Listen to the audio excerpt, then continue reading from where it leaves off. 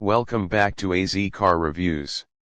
Today, we're diving into a car that once promised to change Maruti Suzuki's image in India, the Maruti Suzuki Kizashi.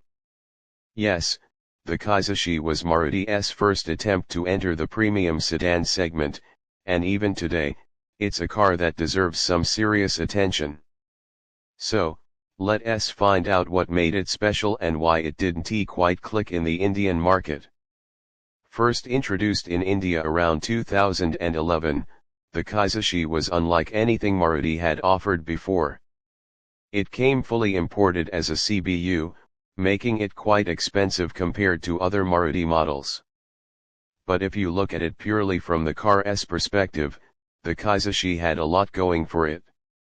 Under the hood, it packed a 2.4-liter petrol engine producing around 176 bhp and 230 Nm of torque. The power figures were pretty impressive for that time, and the Kizashi was offered with a 6-speed manual transmission as well as a CVT automatic. Performance was smooth, linear, and honestly, quite enjoyable. Design-wise, the Maruti Suzuki Kizashi looked clean, muscular, and elegant. The wide grille, sharp headlamps, and sporty stance gave it a premium European vibe.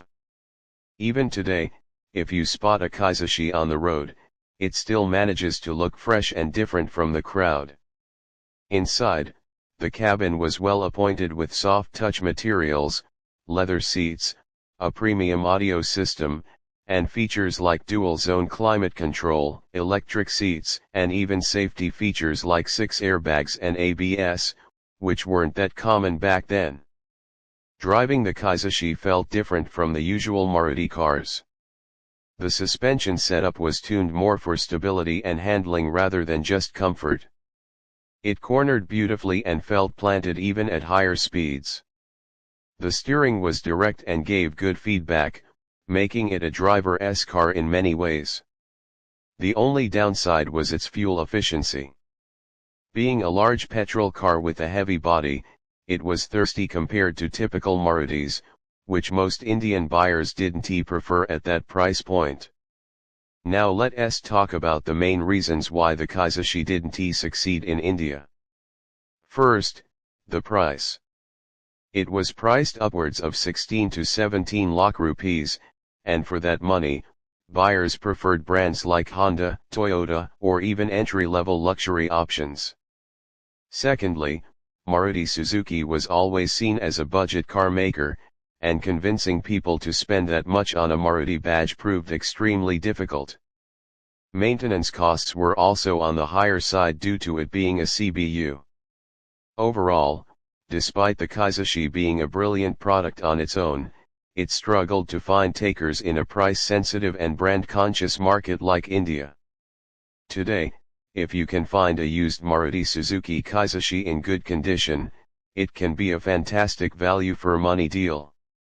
You get great performance, premium features, solid build quality, and a car that stands out in a sea of SUVs and sedans.